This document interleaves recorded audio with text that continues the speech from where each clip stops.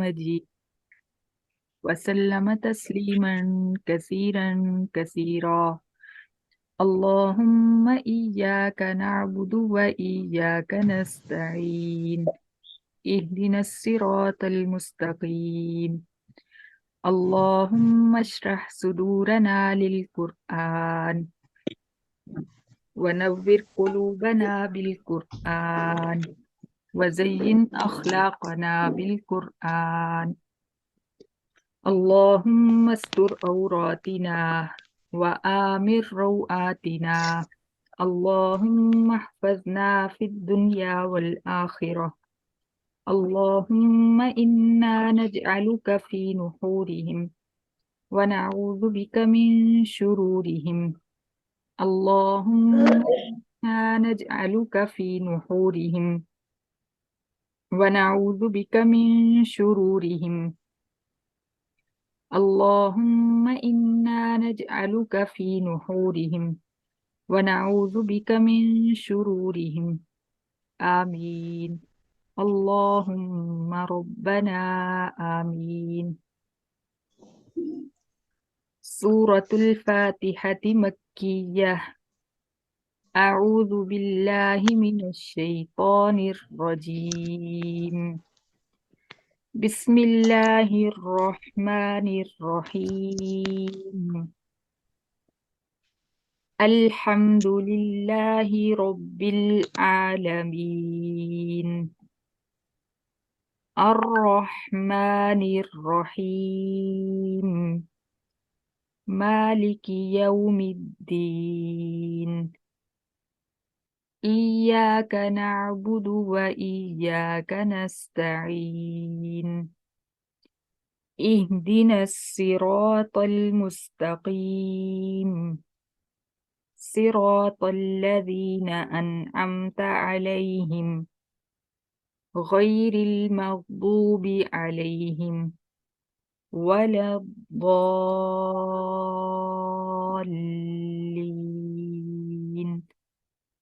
آمین. اعوذ میں پناہ میں آتی ہوں باللہ اللہ تعالی کی من الشیطان شیطان الرجیم مردود کے شر سے بچنے کے لیے. میں پناہ میں آتی ہوں اللہ تعالی کی شیطان مردود کے شر سے بچنے کے لیے. بسم اللہ اللہ تعالی کے نام کے ساتھ. الرحمن جو بڑا مہربان. الرحیم جو نہایت رحم فرمانے والا ہے. اس کا معنی ہم یاد کریں گے. بسم اللہ اللہ تعالی کے نام کی برکات کے ساتھ میں شروع کرتی ہوں. الرحمن جو بڑا مہربان. الرحیم جو نہایت رحم فرمانے والا ہے. بے شک. سورۃ الفاتحہ مکیہ. سورۃ الفاتحہ مکی سورت ہے. الحمد تمام تعریفیں تمام خوبیاں. للہ اللہ تعالی ہی کے لیے ہیں. رب العالمین ربی رب ہے. العالمین تمام جہانوں کا. جو الف اور لام ہے اس کا معنی ہے تمام.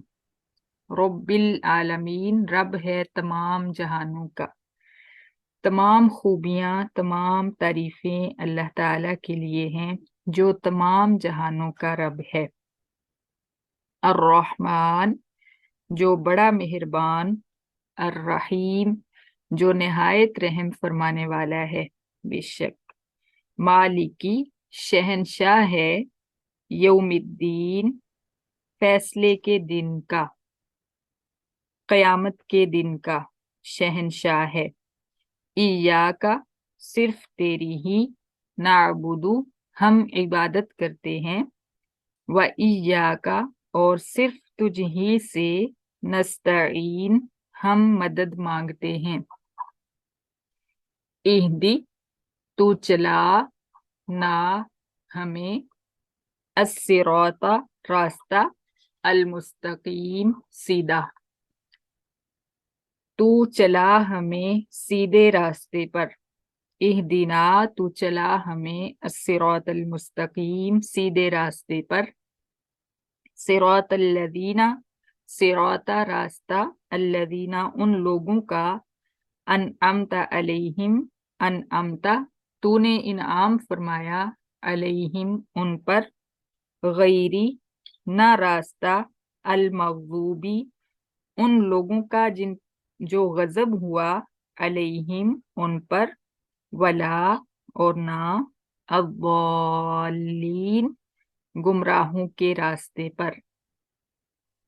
صدق اللہ العظیم۔ آمین اللہم ربنا آمین۔ الحمد للہ رب العالمین۔ جو آپ کو ترجمہ پڑھ کے میں نے سنایا ہے، یہی ترجمہ آپ نے یاد کرنا ہے انشاءاللہ، اور جو اب تشریح انشاءاللہ اس کو ہم سمجھنے کے لیے کریں گے، وہ آپ نے صرف سمجھنے کے لیے سننی ہے، وہ آپ سے سنی نہیں جائے گی، صرف ترجمہ سنا جائے گا، اور تشریح کو آپ نے سن کے اس کو سمجھ لینا ہے، لیسن کو، کہ یہ لیسن کیا ہے، اس کے اندر اللہ تعالیٰ کیا فرما رہے ہیں۔ تو سب سے پہلے ہمیں دیکھنا ہے کہ یہ کلام پاک جو ہے یہ کس کا ہے، اور کون ہم سے مخاطب ہے، اور کیا فرما رہا ہے، اور اس فرمان سے کیا مقصد ہے، کیا مطلوب ہے ہم سے۔ تو یہ ہم سب جانتے ہیں، کیونکہ ہوش سنبھالتے ہی ہمیں یہ بات بتائی جاتی ہے کہ قرآن پاک جو ہے اللہ تعالیٰ کا کلام ہے، لیکن اس چیز کو ہم اپنے دلوں کے اندر نہیں اتارتے۔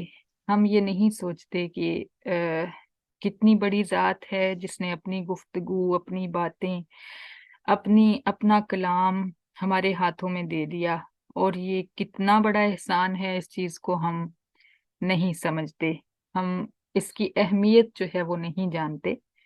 تو ہم نے اس اہمیت کو اجاگر کرنے کی کوشش کرنی ہے اپنے دلوں میں، کہ ایک بادشاہ جو ہے وہ اگر ہمیں کوئی خط لکھے، آج کل کے جو حکمران ہیں، خاص طور پہ عمران خان جو نوجوان نسل کے لیے جو ہے وہ بہت پسندیدہ ہے، اگر وہ کسی کو کچھ لکھ دے تو اس کی خوشی کا کیا ٹھکانہ ہوتا ہے، اور وہ کیا ہر کسی کو دکھا رہا ہوتا ہے۔ تو ہم دیکھیں کہ ہمیں کس نے یہ خط لکھا ہے، تو ہمیں اس کے لیے کتنا خوش ہونا ہے، اور ہمیں اس کی کتنی قدر کرنی ہے۔ ہمارا خالق جس نے ماں کے پیٹ کے اندر ہماری تخلیق کی اور ہمیں وہ نعمتیں عطا فرمائیں جو ہم جانتے بھی نہیں تھے کہ دنیا میں جانے کے بعد ہمیں ان نعمتوں کی ضرورت ہوگی، ہاتھ، پاؤں، ناک، کان، اور اندر کے جسم کے اندر کے اعضاء، جسم کے باہر کے اعضاء، سارا سسٹم ایک جو اس نے ترتیب دے کے ہمیں عطا فرما دیا۔ ہم نہیں جانتے تھے کہ ہمیں ہاتھوں کی ضرورت ہوگی، ہمیں زبان کی ضرورت ہوگی، لیکن ہمارا خالق جانتا تھا، ہمارا مالک جانتا تھا۔ اس نے بغیر مانگے، بغیر ہماری خواہش کیے ہمیں یہ سب عطا فرمایا۔ تو اتنی بڑی ذات، اس کی طرف سے آئے ہوئے کلام کے ساتھ ہم اس قدر بے رغبتی کرتے ہیں، اور شیطان اور ہمارا نفس جو ہے ہمیں طرح طرح سے ورگلاتا ہے کہ ہماری یہ مجبوری ہے، ہماری وہ مجبوری ہے، ہم نہیں پڑھ سکتے، ہم اس کو نہیں سمجھ سکتے۔ اور جیسا کہ ابھی بھی آپ نے ماشاءاللہ سے اللہ کی رحمت نے جوش مارا، اور آپ کی طرف اللہ کی رحمت متوجہ ہوئی اور آپ سب کو لے آئی یہاں پہ، تو آپ نے دیکھا ہوگا کہ کس کس طرح کے مصائب، جو کس کس طرح کی پریشانیوں نے آپ کو گھیرا ہے اور ستایا ہے، اور کیا کیا جو آپشن ہے آپ کے ذہن میں آئے ہیں کہ یہ بھی ہو سکتا ہے، وہ بھی ہو سکتا ہے، یا مختلف طریقوں سے شیطان نے آپ کو ورگلایا ہے کہ یہ پریشانی ہوگی، وہ پریشانی ہوگی، بچوں کے ساتھ نہیں ہوگا، اپنے جاب پہ جانا ہے، یہ نہیں کر سکو گے۔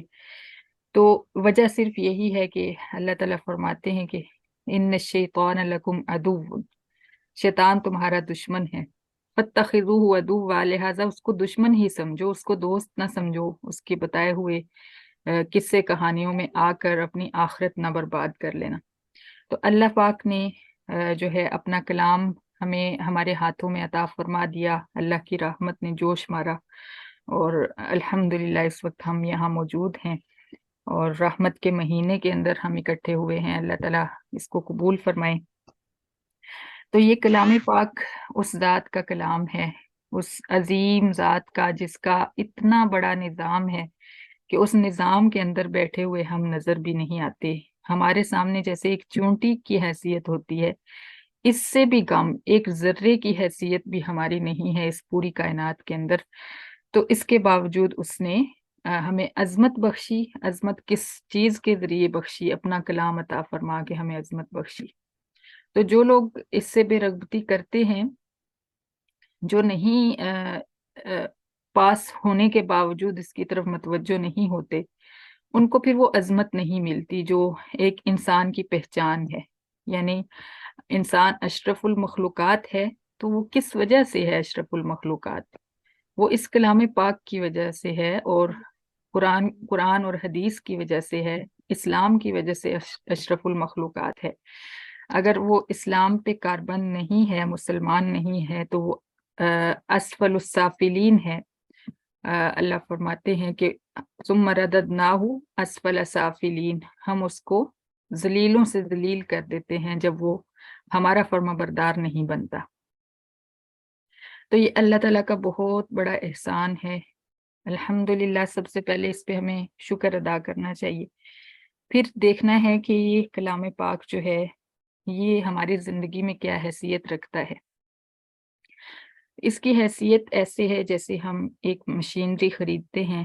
مشینری کے اندر ایک بک ہوتی ہے جس کے اوپر اس مشینری کو استعمال کرنے کا طریقہ لکھا ہوتا ہے.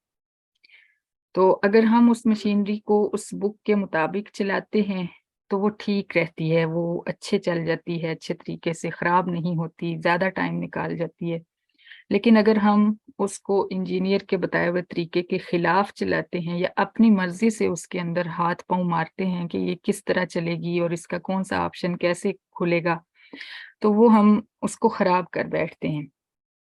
اسی طرح ہم اللہ تعالیٰ کی بنائی ہوئی ایک تخلیق ہیں، اللہ کا شاہکار ہیں. تو اللہ پاک نے ہمیں تخلیق فرما کے ایک کتاب بھی ہمارے ساتھ بھیجی کہ یہ جو باڈی ہے، جو یہ مشینری ہے، اس کو اس بک کے مطابق چلانا.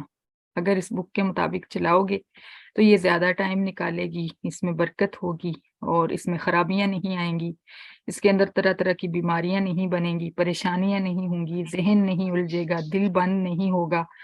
یہ ساری جو گھٹن ہمیں زندگی میں محسوس ہوتی ہے یہ نہیں ہوگی. تو یہ کیوں ہوتی ہے محسوس؟ کیونکہ ہم انجینئر کے بتائے ہوئے طریقے کے مطابق اس مشینری کو نہیں چلا رہے ہوتے، ہم اپنی مرضی سے اس کو دھکیل رہے ہوتے ہیں. یعنی ہمارے پاس جو ہے کوئی طریقہ نہیں ہوتا کہ اس مشینری کو، یہ جو باڈی ہمیں اللہ پاک نے عطا فرمائی ہے، اس کو کیسے چلانا ہے، رہنمائی نہیں ہوتی.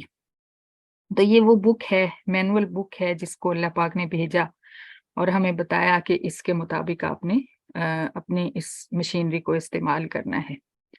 اور اسی لیے اب سائنسدان جو ہیں تحقیقات کر رہے ہیں کہ فلاں سنت کا فلاں فائدہ ہے، فلاں سنت کا یہ فائدہ ہے، وہ فائدہ ہے. تو ہمیں پہلے ہی پتہ ہونا چاہیے کہ نبی علیہ السلام کے بتائے ہوئے طریقے ہمارے لیے فائدہ مند ہیں اور قرآن کے بتائے ہوئے طریقے ہمارے لیے فائدہ مند ہیں. ہم سائنسدانوں کی تحقیقات کا انتظار نہ کریں، بلکہ ہم پہلے سے ہی ایمان بالغیب رکھیں. ہمیں غیب پر ایمان ہونا چاہیے کہ ہمیں جو اللہ پاک نے فرما دیا ہے وہ سچ ہے اور اسی میں ہمارا فائدہ ہے. تو یہی ایمان ہے، یہی اسلام ہے. اگر ہم سائنس کو دیکھ کے اس کے بعد عمل کریں گے تو وہ اسلام نہیں ہوگا، وہ ایمان نہیں ہوگا، بلکہ وہ ہمارا لاجک ہوگا جس کے مطابق ہم چل رہے ہوں گے اور اس پہ عمل کر رہے ہوں گے. اب یہاں سے ہم دیکھتے ہیں بسم اللہ الرحمن الرحیم کہ سورۃ الفاتحہ کی یہاں پہ کیا حیثیت ہے قرآن مجید کی ابتدا میں. کیونکہ قرآن مجید کے ہر پارے کی جو پہلا حرف ہوتا ہے اس کے مطابق اس پارے کا نام رکھا جاتا ہے. تو اب یہاں پہ الحمد پہلا حرف ہے، لیکن الحمد اس پارے کا نام نہیں ہے. اوپر آپ دیکھ رہے ہوں گے کہ سورۃ الفاتحہ لکھا ہوا ہے پارا اور سورت کی جگہ پہ، اور اس پارے کا نام، پہلے پارے کا نام الف لام میم ہے. تو اب یہ سورت جو ہے یہ الگ کیوں ہے، اس کی کیا حیثیت ہے؟ تو اس کی حیثیت ایسے ہے جیسے ہر بک میں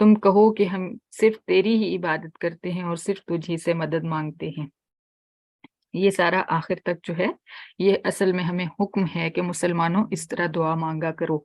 تو اس طرح ترجمہ کرنے سے ان منکرین کو جواب مل جاتا ہے کہ یہ اللہ تعالیٰ دراصل مسلمانوں کو سکھا رہے ہیں۔ یہ تو ہو گیا اللہ تعالیٰ کا تعارف۔ اب دیکھتے ہیں کہ جیسا کہ ہم نے شروع میں بات کی ہے کہ مقدمہ اور دیباچہ کے اندر پوری کتاب کو اختصار کے ساتھ بیان کیا جاتا ہے کہ اس کے اندر اگلی کتاب کے اگلے حصے کے اندر ہم کیا پڑھنے لگے ہیں۔ تو کتاب کے اندر، قرآن پاک کے اندر 4 قسم کے مضامین جو ہیں بیان ہوں گے۔ 4 مین باتیں جو ہیں ان کو ثابت کرنے کے لیے پورا قرآن پاک جو ہے اللہ پاک نے نازل فرمایا ہے۔ نمبر 1 خالقیت، یعنی خالق ہر چیز کا اللہ تعالیٰ ہی ہے، ہر چیز کو تخلیق فرمانے والا اللہ ہے اور کسی ذات نے کوئی چیز تخلیق نہیں کی۔ اور دوسری چیز ربوبیت، دوسری بات یعنی رب جو ہے وہ بھی اللہ ہی ہے۔ یعنی رب کا کیا مطلب ہوتا ہے؟ یہ کس کی ملکیت میں ہے یہ ساری چیزیں؟ تو جو خالق ہوتا ہے یہ یقینی بات ہے کہ مالک وہی ہوتا ہے۔ تخلیق تو کوئی اور کرے اور مالک اس کا کوئی اور بن جائے، ایسا نہیں ہوتا۔ الرحمن، بادشاہت میں سب سے پہلے اللہ تعالیٰ نے اپنی الرحمن اور الرحیم صفت کو بیان فرمایا کہ وہ بادشاہ جو ہے بڑا مہربان، نہایت رحم فرمانے والا ہے۔ سبحان اللہ، بندوں کے اتنے ظلم دیکھتا ہے، نافرمانیاں دیکھتا ہے، بغاوتیں دیکھتا ہے، لیکن پکڑنے میں ڈھیل دیتا ہے کہ شاید میرا بندہ لوٹ آئے، شاید لوٹ آئے۔ تو بڑا مہربان ہے، شفقت فرمانے والا ہے۔ اور چوتھی چیز جو بیان ہوئی ہے وہ قیامت ہے، جو آیت کے اگلے حصے میں یعنی آیت نمبر 3 میں ہے، مالک یوم الدین، جو قیامت کے دن کا شہنشاہ ہے۔ یہ 4 چیزیں جو ہیں اللہ پاک نے پورے قرآن مجید میں بیان فرمائی ہیں۔ تو اس طرح اختصار کے ساتھ آ گیا ہے سارا قرآن مجید کا جو مین پوائنٹس ہیں وہ اس میں آ گئے ہیں۔ اس کے بعد اللہ تعالیٰ نے ہمیں دعا سکھائی کہ میری ہی صرف عبادت کرنا اور صرف مجھ ہی سے مدد مانگنا، کیونکہ بادشاہ بھی میں ہوں، خالق بھی میں ہوں، رب بھی میں ہوں، اور قیامت کے دن کا شہنشاہ بھی میں ہوں۔ اس دن بھی فیصلے میرے ہاتھ میں ہوں گے، اس دن بھی ترازو جو ہے وہ میرے ہاتھ میں ہوگا۔ تو اس لیے صرف میری ہی عبادت کرنا اور صرف مجھ ہی سے مدد مانگنا، یعنی یہ حق میرا ہے، یہ حق اوروں میں نہ بانٹتے رہنا۔ اہدنا الصراط المستقیم، پھر اس کے ساتھ ہی صراط مستقیم کی دعا مانگنی ہمیں اللہ پاک نے سکھائی کہ ہمیں سمجھ نہیں آتی آج کل، جیسا کہ بہت زیادہ گڑ مڈ ہو چکی ہے ہر چیز، کہ ہر ملا اور ہر مولوی اپنے الگ قصے لے کر بیٹھا ہے، ہمیں کچھ سمجھ نہیں آتی کہ کون سچ پہ ہے، کون حق پہ ہے۔ تو اس لیے قرآن پاک کو اس دور میں تھام لینا جو ہے یہ بہت بڑی بات ہے کہ ہم اس سے ہدایت حاصل کریں گے۔ تو یہ دعا بھی اللہ پاک نے ہمیں سکھا دی قرآن پاک کے شروع میں ہی کہ ہمیں صراط مستقیم پر چلا۔ پھر صراط مستقیم کی تشریح فرمائی کہ صراط مستقیم کون سا ہے؟ وہ صراط، وہ راستہ جس پر تو نے اپنے انبیاء کو چلایا، صدیقین کو چلایا، شہداء کو چلایا اور صالحین کو چلایا۔ غیر المغضوب علیہم، اور صراط مستقیم کے علاوہ راستہ جو ہے وہ ان لوگوں کا راستہ ہے جن پر تیرا غضب ہوا، ان پہ مہر جباریت لگ گئی، ان کے دل سیاہ ہو گئے، اب ان کے دلوں کے اندر اسلام جو ہے وہ نہیں جا سکتا۔ وَلَضَالِّينَ، اور گمراہوں کے راستے پہ بھی نہ چلانا جو تیرے حقیقی راستے سے بھٹک چکے ہیں۔ سبحان اللہ، آمین، اللہم ربنا آمین۔ اب اس کے بارے میں ایک ہم حدیث مبارکہ پڑھتے ہیں۔ جیسا کہ ہم نے پڑھا کہ قولو، ہر آیت کے شروع میں ہمیں سکھایا گیا، مفسرین نے بتایا کہ قولو لگا کے در حقیقت اللہ تعالیٰ ہمیں تعلیم دے رہے ہیں کہ مسلمانوں تم اس طرح کہو۔ تو یہ ایک حدیث مبارکہ سے ماخوذ ہے یہ معنی۔ حدیث مبارکہ میں آپ صلی اللہ علیہ وسلم نے اس کی تشریح اس طرح سے فرمائی ہے۔ اس سورت کو کے بہت سارے نام ہیں، میں مختصر سے نام آپ کو بتا دیتی ہوں۔ اس کا ایک نام ہے سورت الحمد، تعریف والی سورت، جس کے اندر اللہ تعالیٰ کی تعریف ہے۔